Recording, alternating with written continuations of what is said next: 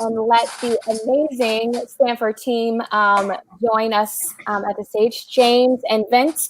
But also note that we have another admissions friends at Stanford, Jonathan, who's in the Ask a Question and chat room, and he'll be answering your questions.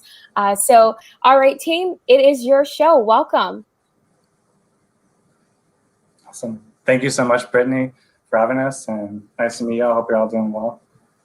I want to thank you for joining us this evening. My name is James Marquez, and I'm one of your co-hosts. We'll be reviewing 7 things I wish I knew before college.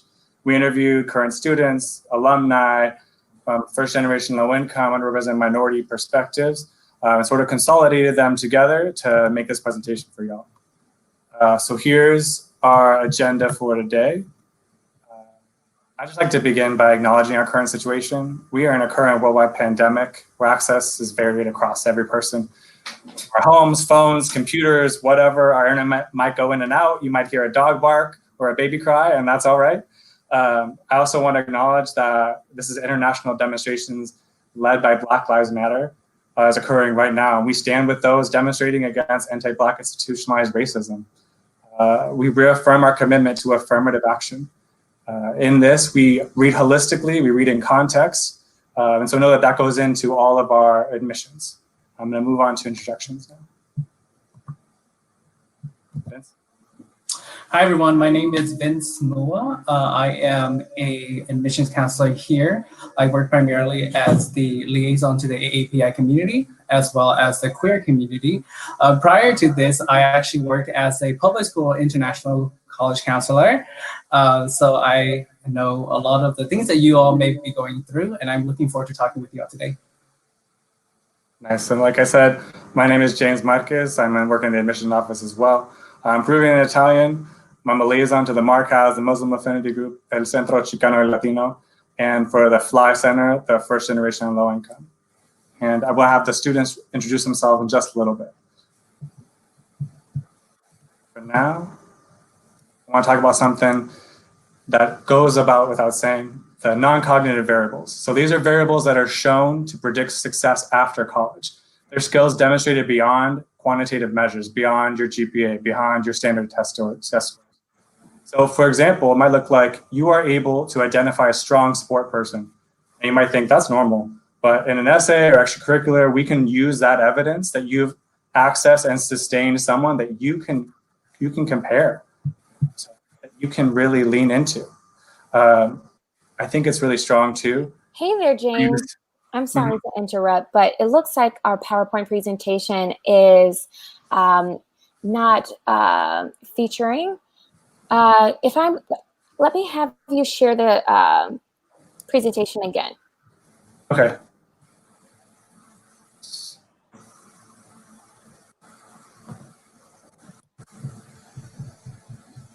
And audience, we appreciate your patience as our team is putting together those slides. We will also share a link to the slides for you to download and watch independently. All right, go ahead, team.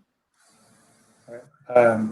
Nice, like I was saying, there's non-cognitive variables. One being identifying a strong support network. Another one might be educational attainment.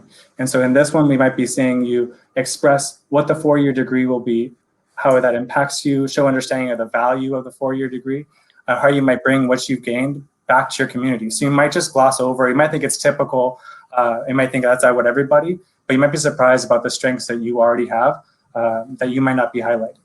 I'm gonna pass it over to Vince for the first thing we learned. Yeah, so the first topic that we're going to touch upon is recognizing the importance of community. I think oftentimes, especially when you are a high school student, you don't think too much about how you're going to integrate once you get on campus. But as low-income son of refugees in America, I was not thinking too much of it. And so when I got to Stanford, it really took a bit of time for me to find those spaces. And I think it's important for you all now to think about, where do you find the space that makes you feel most at home, and kind of where do you feel most comfortable? Where do you feel that you most belong? And so prior to applying to colleges and also attending college, it's important to know the resources that are available on campus. So For example, at Stanford, we have community centers for our multiple ethnic communities as well as religious communities.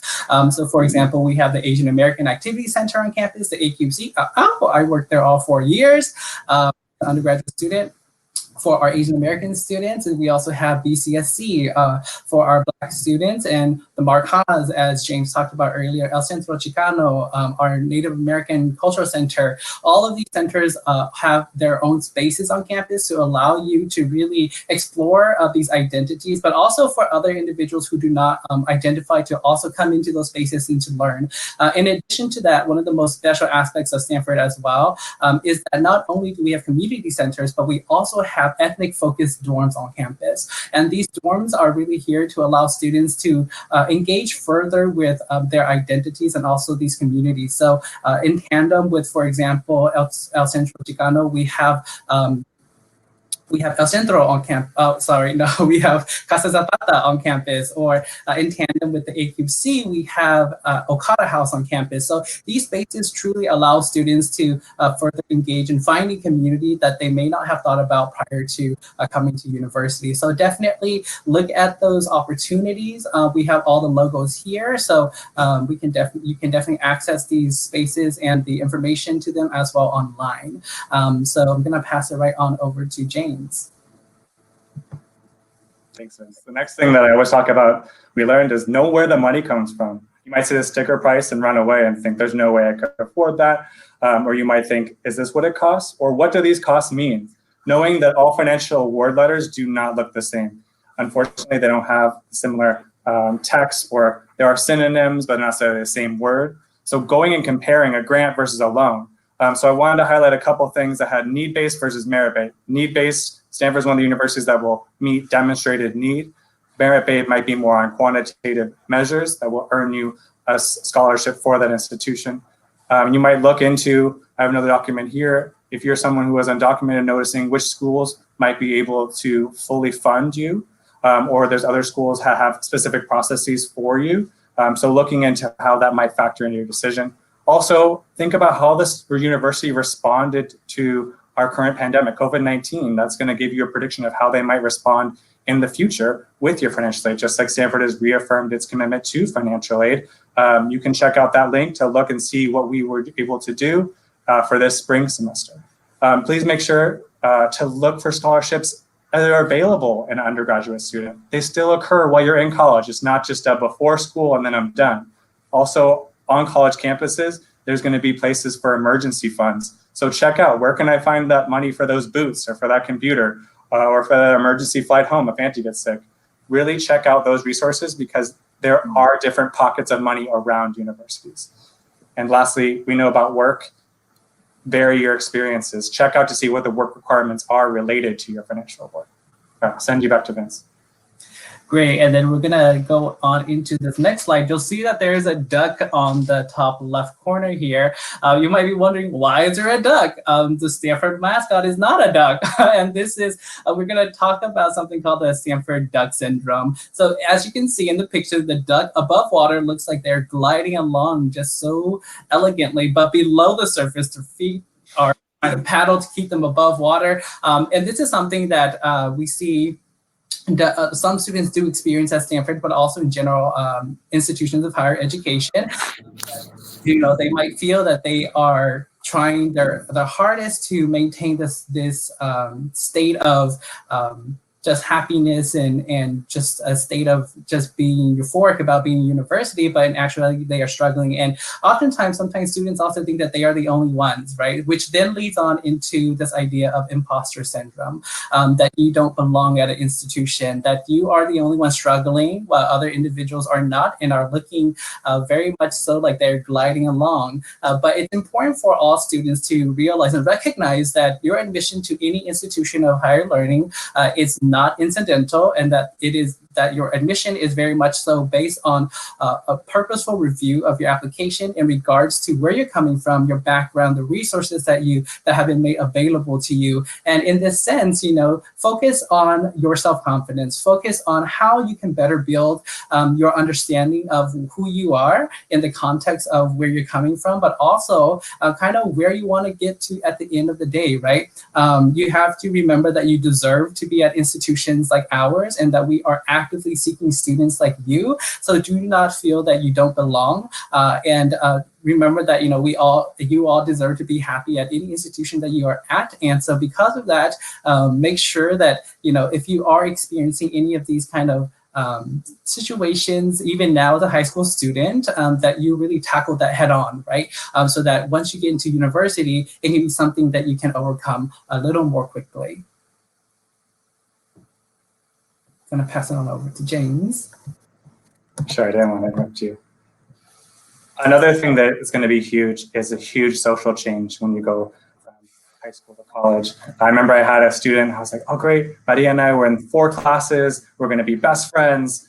We only shared notes and that was it. Outside of classes, we didn't talk. We shared logistics, when would be the finals, but we really didn't go beyond that. So I think a big difference you're going to have to adjust to know is there's different courses with different ages. You're going to be at the dining halls, different extracurricular activities. It's not going to be the same. You're going to be switching professors a lot quicker. You're not going to have that year-long commitment with that same teacher. So know that there's professional centers at universities who know how to connect you to who your interests are. So I want to just take a moment about finding mentors, and mentors are huge. You can find upperclassmen mentors. There's a lot of universities that have specific cultural theme mentors. For example, at Stanford, we have the Asian American Sibling Program, our Ernest Houston Johnson Scholars. We have different programs, Big Sib, Little Sibs at the NAC, where you'll be able to get to know a senior and kind of learn from them. Also, sometimes there is a sort of a fear to approach professors. They get paid to talk to you at office hours. And I know a lot of us are socialized to not take up space. This is the time where we can go and take up some professors or grad student spaces. You get to build those connections or join in their research. You could leave the university having your name on a published paper. I know we studied JSTOR in college. In high school, my senior year, I thought it was wild, but that could be you. If you're scared, try asking just for coffee, try going with a friend. If you have a question, that's what part of their job is, and they really enjoy speaking with you.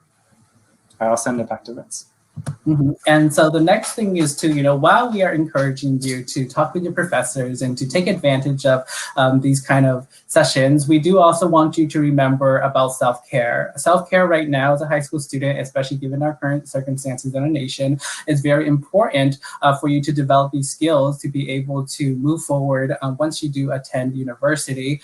So, know that it's okay to ask for help. Know that you are not the only one who might be struggling. Know that you are not the only one who thinks that, they have that, not the only one that has self-doubts and things like that. So make sure that, you're taking advantage, as James said, of these office hours. Sometimes you might find that that mentor from the office hour might become that person who you can go to talk about the things that you are faced with or the challenges that you are currently experiencing, right? But also beyond that, I think it's incredibly important, especially for low-income and/or first-gen students, to know about and to educate yourself about the available mental health and psychological services available on campus.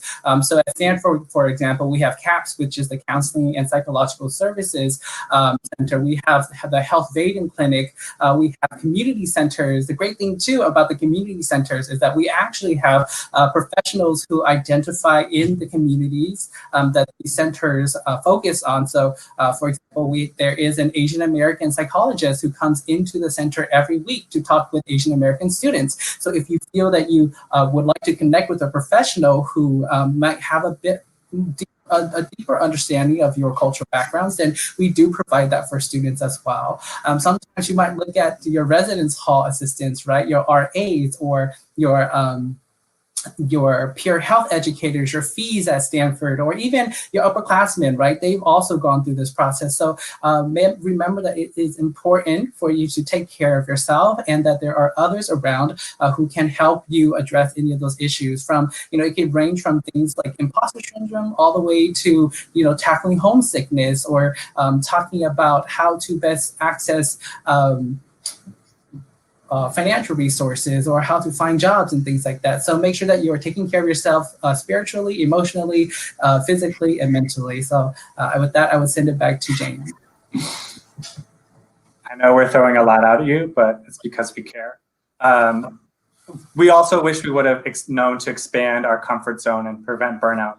So I played volleyball, and I taught art in college. So I decided to go out of my comfort zone, and I tried improv. So I tried it, failed. Tried it again, failed. Tried it again, got a little bit better, then failed again, a little bit better. My point is that I was going through this process of self-discovery and expanding my comfort zone, not leaving it. So I still did things that I knew rejuvenated me. I still played volleyball. I still was teaching art. I still was tutoring. I was doing all those things that gave me life. And then I was going and expanding it and trying something. So go and take that shot. Social contract theory from Locke speaks to holding to your word, holding to your commitments. So you can get to know yourself by having those commitments. It could be a course, it could be a Saturday, it could be a semester. Those time really changes. And also that time management, time looks completely different. You're gonna have way more autonomy and options than most likely you did when you were in high school. So you're gonna need to budget in. When am I gonna eat lunch? I don't have a bell system. It doesn't ring when it tells me to go. There's all those different types of things to think about as you're managing your time, so that you do not burn out. I'll send it back to you, Vince, for our last one. And speaking on our last point here, is to understand that your path is your path, yeah, right? It's not their path, it's not his path, her path, it is your path. And in being so, it might seem also sometimes that, you are in this big ocean by yourself in your little canoe trying to find your way, and sometimes you might think that you have to follow everybody, but at the end of the day you do not, right? Know that it's okay to fail, it's okay to learn from that, and then to build your own path moving forward. Everybody is different, everybody has kind of their own strengths and their own weaknesses, and because of that you really have to take that time to think about how you want to best structure your time in university, to look forward into the future, into what you want to do, right? And I think especially for our low-income and first-generation students, as well as our students of color, sometimes you may not actually have the know-hows in regards to the perfect path to a pre-professional program, the perfect path to medical school, law school, because there is no perfect path, right? We all build this by ourselves. Oftentimes, I also see that students run into this idea that you have to be a biology major to go to medical school, you have to be an econ major to go to business school, but that simply is not the truth, right?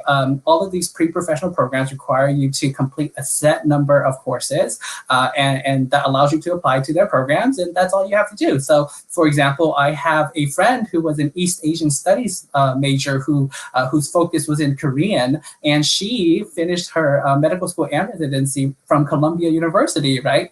So it just goes to show you that the paths that you take are yours alone, and that you don't have to feel that you have to abide by cultural expectations or family expectations, or even the expectations of your friends, right? It's truly about how you want to best pursue what it is that you want to do, so that you can live your most authentic and genuine life.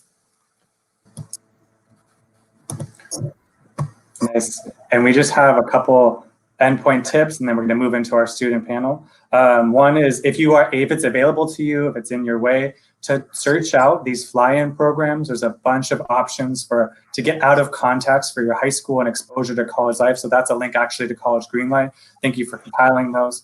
Also, when you do have that summer before college, many colleges offer pre-enrollment opportunities. Go to them. At Stanford, we have SNP, which is for our Native American Immersion Program. We also have FlySO, First Generation Low Income Student Orientation. There are these different courses that you'll come together, you'll take credit, you'll gain friends and learn the campus. Vince? Yeah, and it's also important, especially in the first generation and our low income community, to know what it means to be waitlisted, especially at different institutions. At Stanford, it is very different, right? We admit less students than we waitlist students. So So in that sense, it's a very big accomplishment to get on the wait list or to be deferred in our pool. And in doing so, if you do find that Stanford is a right fit for you, or you believe that it's a right fit for you, and you would like to continue to have options, we encourage you to really consider accepting the wait list or the deferral, and then to also update us, right? Let us know what you've been doing. Tell us what you have done since your application, and truly let us know how we can best help serve you in the future with our institution, right? So it's important for you to really, really consider accepting the wait list. And when you do, sometimes there is that option to provide us with an update. And then you can also contact us as well afterwards if you have more updates. It's incredibly important for our first generation and our low-income students to know that you are able to do this and that we will look at those things that you sent to us. So we're gonna pop it on over to James. Nice. So this is just another way to engage. Check out our website. This is also available on the PDF that we send out. But right now we want to bring in our students because that's what we're looking for. And so I think that we're going to have them pop up in just a little bit. Also, sorry if we're talking a little quickly. We're trying to get as much time, give as much time to our students as possible, just because we know that you all are more interested in what they have to say than really what we have to say as people who have been out of the university for a while now. Yes, we got one.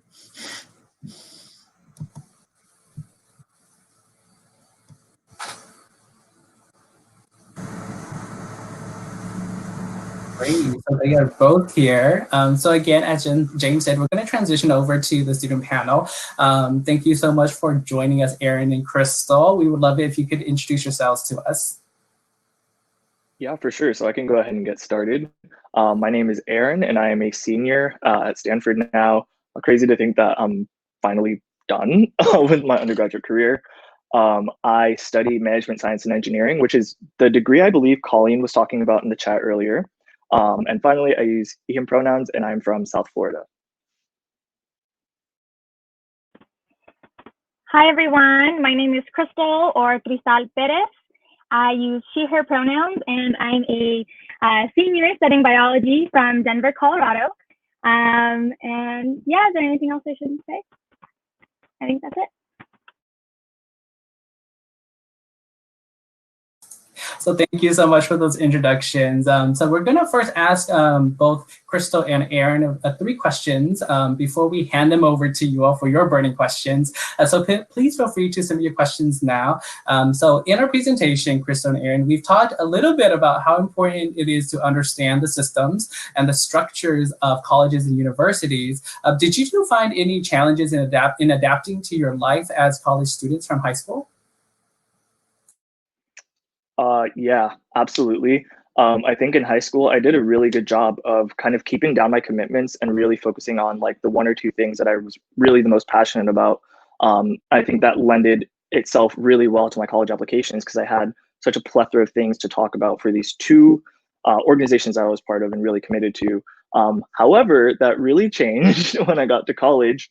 And especially at a place like Stanford, there's so many different opportunities presented to you that you just want to like go and like be like Ash and catch them all, but you really got to find a way to reel it back. And so somehow for 2 years, my freshman and sophomore year, I was really able to juggle like doing classes, keeping up with friends, and joining however many organizations I like signed up for during like the activities fair the first week of school. However, to get real quick, during the first quarter of my junior year, when I started getting into my like more upper division classes, I had like a serious breakdown and realized that I just couldn't keep up everything. I couldn't be Superman. I couldn't do all the things that I really thought I could do. And that, took a real toll on me. I had to pretty much drop everything I was doing. I currently work for the admissions office, and that was kind of like a part-time gig I had. And I was also part of organizations and also try and keep up with my classes. I dropped every extracurricular. I dropped every job obligation that I had. And I really had to take that time to like recenter myself. And then gradually I was able to, once I knew like I could handle my classes, I was able to, add back in working my part-time job. And then instead of, joining all these other organizations that I was previously a part of, I went and started my own organization with a couple of friends. It was actually Stanford's first Black pre-business organization on campus. So it was good. If you overcommit, cut everything out, reprioritize, and gradually add things back in.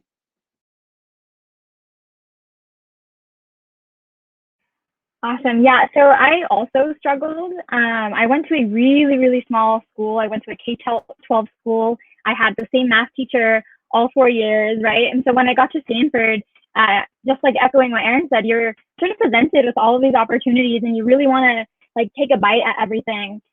But something I didn't learn to do up until like the end of my freshman year, the beginning of my sophomore year, was to make the 4-year plan. And that's something that I encourage you all to go ahead and like look into, just like the Google classes at Stanford, just because I sort of like noticed all of the opportunities that I was missing just because I didn't know about them, right? And it's sort of really important for me to like explore classes. And I learned too late that I wanted to be a history minor or even double major. I didn't get to double major, unfortunately, but I am a history minor.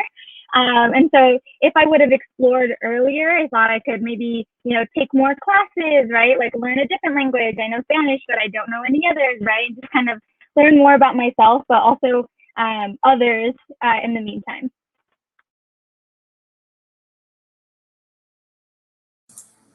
Great. I also just want to let you all know too that as high schoolers, you can do the 4-year plan too. I made my students do 4-year plans every year. So that's wonderful. Also now, as you two are graduating seniors, do you have any piece of advice for students who may be a little intimidated by the prospects of, meeting new people or finding new interests or even like securing awesome and new opportunities?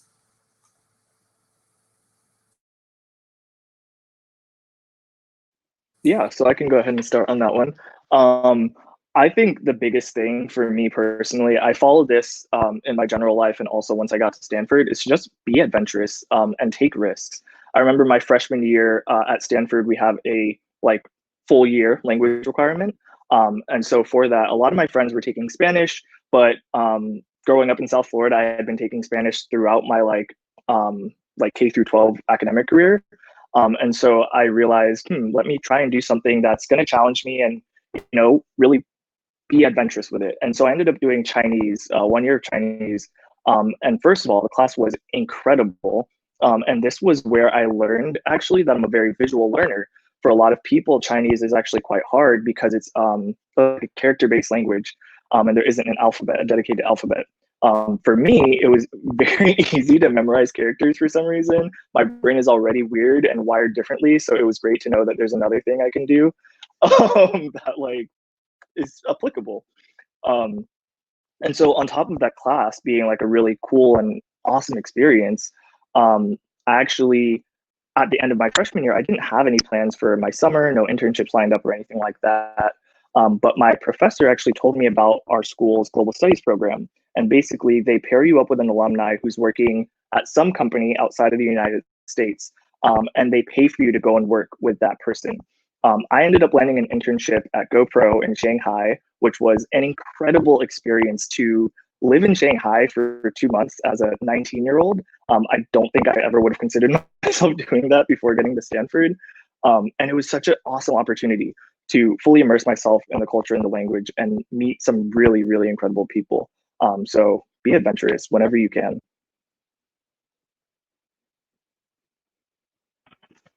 Awesome. Yeah. And actually, I think I forgot to mention something in my sort of the previous question. So I'm like a senior, like asterisk, just because I didn't necessarily do my 4-year plan perfectly. So I never got to go abroad, but I'm supposed to be participating in Stanford in New York in the fall. Whatever that might look like. It's a really, really cool program. So I encourage you guys to look at all the different abroad opportunities that we have. So in this one, I'd be paired with an internship during the day, take art classes at night. Super cool. But in addition to that, I think that in terms of expanding my boundaries, I think that I took a lot of operative courses in bio, but also like in history, right? That's where I started like learning more about my interest in like learning about other people, which was really awesome. But sort of echoing some of the things that Aaron mentioned, I think that if you don't necessarily see what you want at Stanford, I wouldn't be afraid to go ahead and start it, right? Like you were, you know, brought into Stanford, you're part of the community, right? And so I actually started something called the Robley Reuse for students who, like me, are first gen low income. I came to Stanford without rain boots, without a rain jacket, and I really struggled that first winter quarter. It was rainy, I was like stressed, I didn't have what I needed. And so this is a space for students to get free items or to donate items they no longer need. So sometimes we'll have seniors who bring in like, you know, a lamp or maybe like a lap desk, right? And so that can come to another student who might need it later on, right? So I really do think that if you don't see what you want, like feel free to start it, you know, expand your comfort zone, just because, you know, you don't know until you try, so. Yeah, sweet. So speaking, I guess that's some accomplishments. I already shared about how I could not handle improv, but so that was one of my failures that I tried. But Aaron and Crystal, I'm just curious, what were some bumps along the way that y'all came across? Yeah, so I think it was kind of tied into this notion of overcommitting. It was really hard to grapple with failure. I think in high school, I thought that things came, you know, a bit easier to me. And I was like, oh, I can probably like keep this up once I get to college. But no, that's, it was an incredibly humbling experience. I'll say that at least. And it was really, it just took the time to like understand that I was going to fail, and I was going to fail multiple times, not just once. I was going to fail hard. I was going to fail, you know, like light sometimes. But really just understanding that these failures don't really determine like who I am or what I'm capable of accomplishing, or define me in any way, really. There's so many opportunities out there that even if you fail like at one thing, don't get one opportunity, like you have so many opportunities to try again. You have opportunities to learn from those failures, learn from your mistakes, apply them the next time something like that comes up, and really, you know, go above and beyond and learn. I think that is fundamentally what college is about: learning how to be a problem solver, learning how to bounce back from failure, and learning how to push forward into the future relentlessly. And so that was something that was like really powerful to learn. I remember like my freshman year and sophomore year, I applied to the same internship twice, and I was like, I'm totally gonna get it the second time. Nope, didn't get it the first time, didn't get it the second time. I was like, okay, cool, they don't want me, just like gonna go cry, hide away. But no, junior year, they came back and they were saying like, we think you were a really awesome applicant last year. We would love to have you as an intern this year. And now I'm working for that company full time. So keep going. If you fail, keep going. So I have a couple of things to say. The first is I don't want y'all to get caught in this notion that failure sort of just happens when you're new or at the very beginning of your career. Just because I kind of came into some struggles early this year as a senior, right? There's a lot going on your senior fall. You're like, what am I doing afterwards, right? And in addition to that, you're like trying to like say goodbye to your friends, all that stuff. And so I was actually taking a class that was going to count for my minor, but it was an international relations course, an upper division course, my first international relations course. And I'm a biology major, right? So I'm used to like the hard science and like doing a problem set every week. And I didn't really sort of get in the groove of reading this, like, you know, hundreds of pages of reading, right? Like spacing my time to write papers. I just wasn't used to that. And so when I was in this classroom and I saw everyone sort of having these like really great discussions and everything was like flowing so elegantly, I was really intimidated. And I was kind of, you know, caught up in this like duck syndrome thing. Everyone in the class sort of looked like they knew what they were doing. And I was like, oh my gosh, I shouldn't be here. So because of that, I was really scared to go into office hours and to ask for help. Not once did I go into office hours. And because of other circumstances, I ended up withdrawing from the course. But as soon as I did, my professor sort of emailed me and he was like, what's wrong? Can I help? Like, what's going on? And it was then when I realized that I never tried asking for help. And I'm sure that, you know, I actually know because this professor is like so sweet ever since that happened. And we have like this odd relationship now where he was like, you know, if I ever need to explain to like, you know, a grad school sort of what happened, like he's 100% willing to. And so it's kind of like, you know, it woke me up to realize that, you know, I don't know how many students were going into his office hours or emailing him to ask for help, just because I just didn't see that, right? So it was an awakening to just know that it's okay to ask for help, even if you've been at Stanford for, almost 4 years. And if you think you should know the ropes, right? Like, you're going to learn at every stage in your life, and that's okay. Awesome. All right, so I think we will kind of transition. You all did a great job, Aaron and Crystal, helping us out. Now we have a couple questions that we kind of search through. Jonathan's been helping, and then we can kind of get to more dialogue, if you will. Vince, I'm gonna read it to you. How will admissions officers review extracurriculars and upcoming applicants in a time when many extracurriculars are canceled? Maybe thinking about it in this current climate. Right. So in regards to your application, we are very much so cognizant of what's happening in our country right now and the world. So if activities are canceled, extracurricular activities in particular are canceled because of social distancing and abiding by policies, we are not going to hold those against you, right? We're not going to say, you know what, Ben didn't do swimming because of coronavirus, so nope, not today, Ben. We are going to be looking at your application in the context of what is happening, and that's true for everything, right? That's not just for activities, that's also for family circumstances, that's also for the essays that you produce. So definitely we review things holistically. Sweet. I think that's one I'm gonna throw back at the students. So I don't know if Gazette or Aaron, they kind of just want to know about campus life and social environment, kind of how it feels, how is the student body kind of in that field.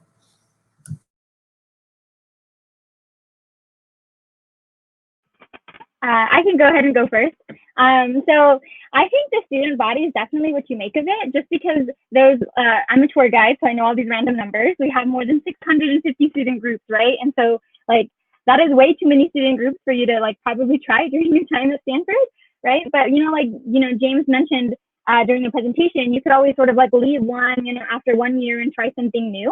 And so I think that it's really important to think about the sense of community that you might get at a community center, right? El Centro Chicano y Latino has something called Cafecito every single Friday at 10 a.m. They serve abuelita, sweet bread. Sometimes they'll mix it up and have like tortas, right? So it's really nice to sort of go ahead and I would go sometimes on my way to classes. And so I just walk by, I'd get my cafecito, it'd be a good Friday, and I'd keep on going, right? And then that is very different from what happens in the dorms, right? Just because we do have 80 different residences for students to live in. And so each of those are going to be a little different, right? You might live in an ethnic theme dorm. You might live in the French house. I lived in the sustainability dorm, right? So each one of these have different sort of, people that they attract and also different activities to do during the school year. For me, I personally think Stanford's community and what it's like to be on campus was perhaps the most compelling factor for me to go there. When I was applying to colleges, I knew that, of course, education and the quality of education I would get was at the top of my list.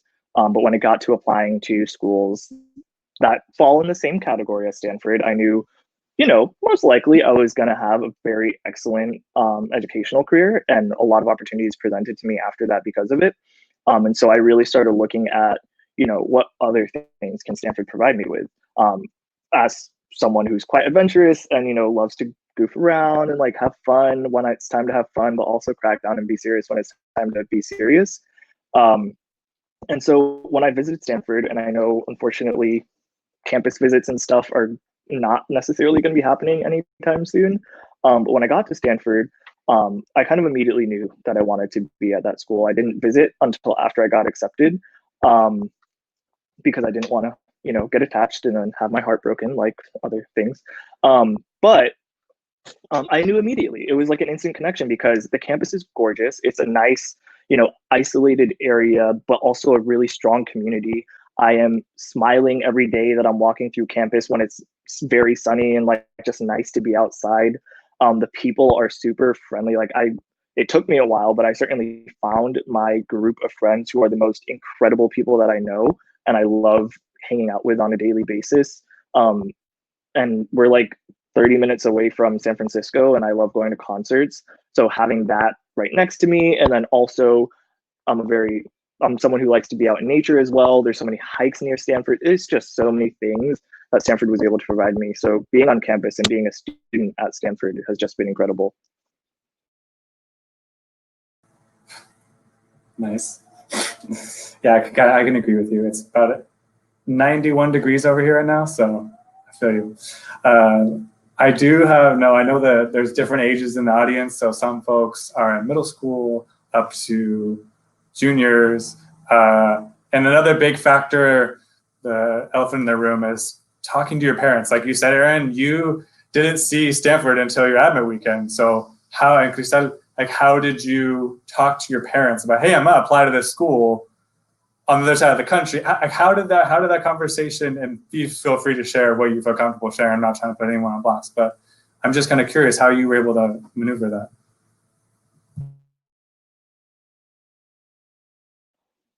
I can kick this one off. I'm very fortunate to have, I'll say it, the best parents in the world. If you have a problem with that, take it up by yourself. But my parents truly have been so supportive of almost every decision that I make, almost. And so when I told them that I really wanted to be adventurous and like go to the other side of the country and explore, the West Coast, the West Coast, and see what that's like, they were super supportive. They were super behind everything that I was doing, as long as it was going to have some type of positive impact on my life. So those conversations were a breeze. They were all for it when I was applying to schools.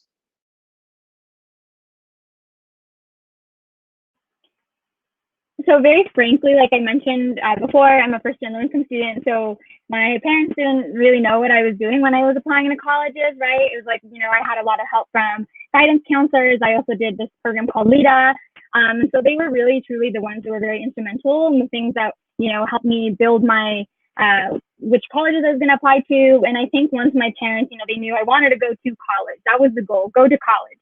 And then after that, I also didn't get to see Stanford until I was admitted. They sort of knew that I kind of like fell in love with the institution, or the place. Like Aaron mentioned, the campus is beautiful. I really wanted to be in a place where I could hear Spanish. And so that was Stanford for me, right? It was everything that as a high school Crystal, I would have wanted for a university.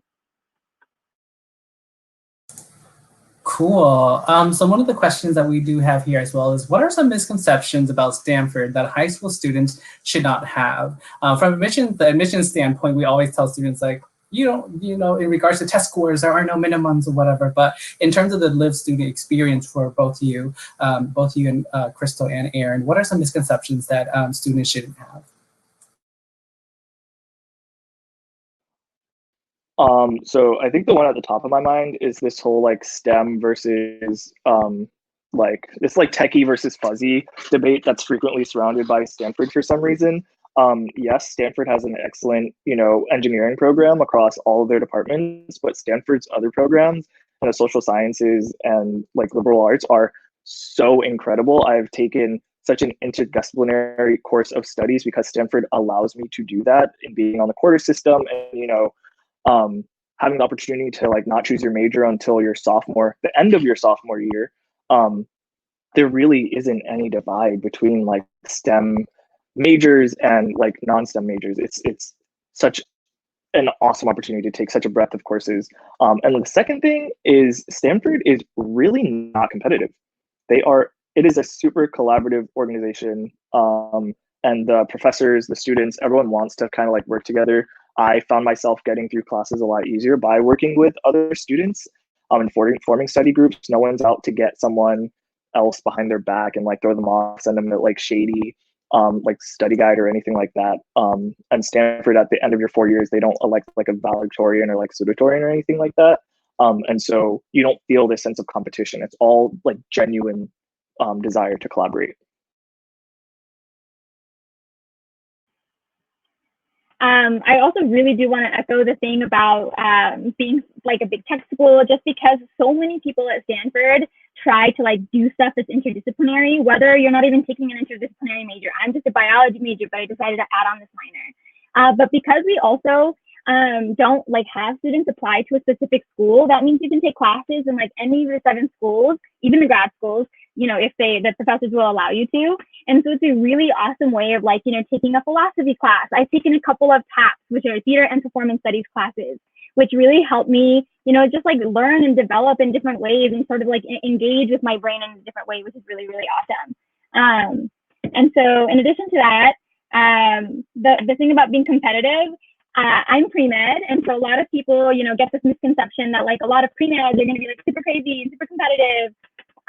But I had a suite my sophomore year where there were 6 of us girls living in one suite together, and each of us was like pre-health in some sort of a way. Someone was pre-vet, someone wasn't pre-med but still on the health track.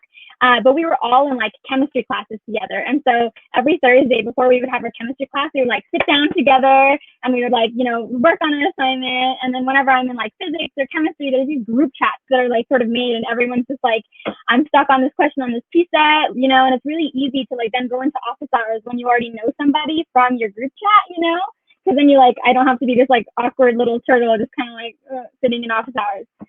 So it's a good place to be, especially because you have all of these people who are really motivated to learn and like not sort of motivated by being competitive, which is nice.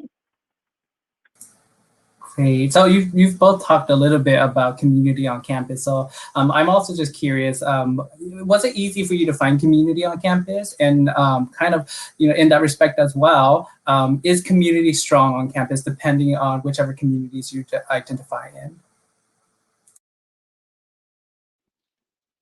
Yeah, so for me personally, I'm a bit more of an introvert. So when I first got to Stanford, I was terrified by everything, by everyone. Anyone who came close to me, I was like, yeah, what are you doing? But that slowly, kind of went away. And I like slowly, it took time because I'm not, so easy to start trusting people immediately. I took time to like find those really strong friendships and those people who I knew were like, oh, I'm going to be, I'm going to be with you until the end.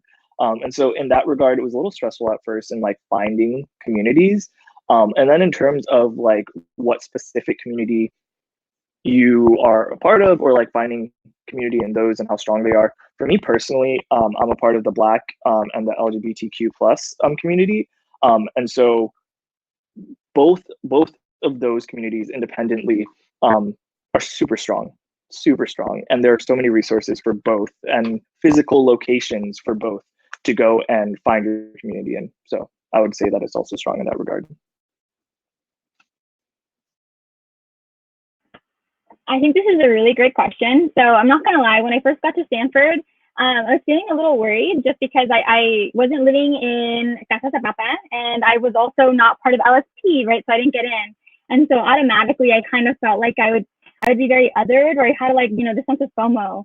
But this is where I will hype my dorm, Robley, very highly, just because instead of having just one roommate, I had 3, right? And so it was really nice to then just have like automatically 3 people that I could go to the dining hall with, 3 people that I could like, come home to, right? And then that was really, really nice. And actually still my best friends today. I lived them with my sophomore year, and then I went back to RA, that same dorm, when I was a junior, just because I really wanted to like help freshmen sort of like feel at home, right? And so I think that was a large part of my Stanford experience, was just like connecting with my roommates, who we were all women of color, which was really, really nice. And so, we got to share some of those same struggles. Yeah, so it was a really good time, but it did take time, right? So I think some people from my freshman dorm, like, think they're like, we thought you were a little quiet, right? And then that's just because I was like super intimidated by, not having, this like sort of tight knit friend group. So as Aaron said, like, it might take time, right? But you'll find your people, whether it's like through a club or through, a little SIB, big SIB program, or through your dorm, right? All sorts of places. But Robley was pretty essential for me. I want to also say, as a more recent alumni and recent grad, I graduated in 2013, but I have found the alumni network to be incredibly inclusive, to be incredibly helpful. I always give this example to students who come, is that I lived in Korea for 5 years, and during that time I had a legal issue. And I just reached out to the Stanford community, just like, hey, I kind of have an issue that I was wondering if anybody had expertise in. And multiple multiple lawyers contacted me who were alumni, and they just said, hey, yeah, it's great. Why don't we set up a time to have coffee? And I was like, okay, well, how much? And they're like, what do you mean? I was like, how much for your services? And they're like, no, it's free. Like it's fine. We're alumni. So I just want to give that shout out too, that the alumni of the university, we are incredibly, dedicated to ensuring that that our underclassmen are served and that we come back in to help our students and also our fellow alums. So that's another great part about Stanford, is that the connections do not just end, the communities do not just end once you leave, that they extend beyond that as well. So I want to say thank you, Vince and Aaron and Krista, for engaging with us. It's been really a pleasure. And as we wrap things up, I'm just kind of curious if you all have any, Crystal or Aaron, if you have any closing remarks, and then we'll go to Vince. And I'm just curious what any last ending words or enduring words you'd like to leave. Yeah, so just really quickly, I know that, college might seem like scary, daunting, and it's going to be a growing pain, right? You're going to learn so much about yourself, about the world, about everything. So I wouldn't be intimidated of just applying for your dream school, going head on, asking questions, not being scared, because, either way, stuff is going to change and you might not like it, but it's going to help you grow into who you want to be. And I think that 4 years ago, I would have never imagined that I did any of the things that I did at Stanford, and it's all been such a dream come true. So I'm very fortunate and very privileged to have gone to this institution. So all of y'all, good luck. You can do it. Thank you, Crystal. And also to kind of echo everything that Crystal said, it is an intimidating process and you're going to feel stressed out, or you might not start your essays until the night before, which you really should not do. You should start them early. But just through it all, through, the college application process, through your actual college experience, understand that you're going to have plans and expectations for how things are going to turn out. And most likely, none of that is going to exactly go how you planned. So just be very, flexible and know how to adapt and not get stuck in a place. Know how to, find ways to break out of anything that you might find yourself feeling trapped in. Because I truly think that college is where you learn the most about yourself and how you are going to make your impact on the world. So take in all those opportunities, all those lessons that you learn from your failures, from your friends, from your professors, whoever it might be. Stay inspired, stay happy, and find things that allow you to be who you truly are. And so to all of you out there, thank you so much for tuning in to our session. It's been a really fun time talking with all of you and watching the chat pop off. And so we really appreciate your engagement. And thank you. Good luck out there. And stay safe and healthy. I think for me, as a previous college counselor, I just want to tell you all too that, if you are intimidated by the process, if you are unsure that you deserve to be at a place like Stanford, I just want to tell you all that we are here to tell you that we want you at our institution, that we are here to, support you in your endeavors in the future. And so if you are intimidated by it, take a step back and then, assess things. But definitely if you believe that it is a great fit, then apply, because the only way that you are truly locked out of Stanford is if you don't apply, right? If you don't apply, you will never know. And also, if it comes to things about financial circumstances of families as well, that was one of the things, when I got into Stanford, prior to getting to Stanford, my college counselor asked me, are you going to go to Stanford if you get in? And I said no, because my family just cannot afford it. And then my counselor said to me, no, Vince, you are going if you get in. We'll find a way to make you get there. And that's what I've kind of taken with me in my career as well in guiding students, is that, institutions like Stanford, we have financial aid to support low-income students or students who need that financial support. So definitely, if it is a financial concern, apply and then see what the financial aid package is. Because if I had just, blocked it out before even receiving the financial aid, I would have never attended Stanford. But there are various ways of getting to places like Stanford, and I just want to let you all know that we are here in support of you all. Yeah, I want to mirror that too. Si se puede, aquí perteneces. We're here for you. And I think reaching out to those cultural centers that are on our campus, finding out from students directly, we'll definitely be able to offer you more information. Please check out our visitor website too. We'll have up soon some virtual sessions. You'll be able to go into our mission website and look to see who your mission counselor is for your territory, to get more information. Talk to your school counselor to see if they can get in contact with us to get on the counselor newsletter. There's so many more ways to get involved. Again, College Greenlight, amazing. Thank you so much for having us. And we thank you. Yeah, you guys, I can't thank you enough. Vince, James, Aaron, and Crystal, you all have put together such an amazing presentation, and you all put so much love and so much effort and intention behind the words that you all share with us today. And we really do thank you. And to our VIP or MVP, Jonathan in the chat room.